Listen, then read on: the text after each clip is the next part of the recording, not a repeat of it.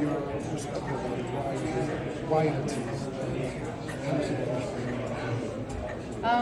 I think that NFTs go across every single industry. Web3 goes across every industry. It's the evolution of the internet.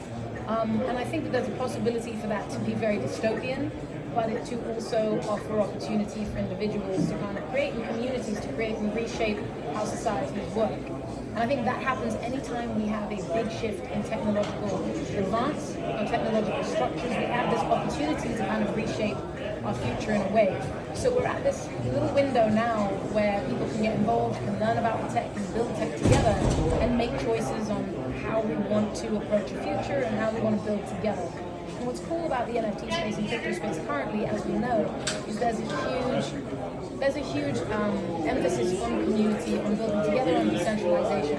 Whether that's more of a utopian idea, or whether it's actually something that if you lean into, you can get a bunch of the benefits. We may not reach this utopia, obviously, and there's ups and downs to centralization, decentralization, etc. But it's a reboot, and I think that we've all thought about the Great Reset. We've talked about it. We've seen the world shift through COVID. So it's just an interesting time for the evolution of tech and humanity. So that's the first component.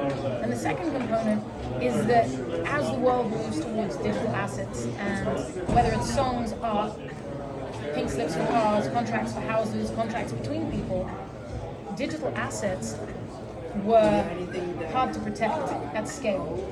So for example, being a musician in music, you have photographers who come to your show, they'll take pictures, and a lot of the time you post these photos, but you want to make sure you credit the photographer.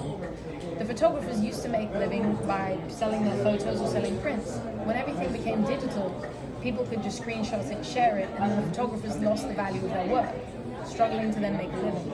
As music starts getting streamed on streaming sites, and streaming sites take the revenue and pay musicians very little, again, music loses its value, which reshapes the entire music industry and puts the onus and the weight on the musician, which means now musicians have to do so much more on the business side, so much more on the marketing side. There's less time to create. And that's changing our social structures and our creative hubs as well. So when you come to NFTs and you can now authenticate digital assets, it changes the way people are able to monetize their art, monetize their businesses, protect their time. You now don't need 10 billion plays on Spotify to make a living wage. You can sell 50 NFTs, 0.05 ETH, and make the same money as you would on a million plays on Spotify. Which means you can basically focus on your core fan base and focus on building that community, on adding more value, on interacting, and really nurturing the people who are supporting you, following you, and loving what you're doing. Currently, if you have two people playing your music on Spotify, for example, the diehard fan or a brand new listener will generate the same amount of income.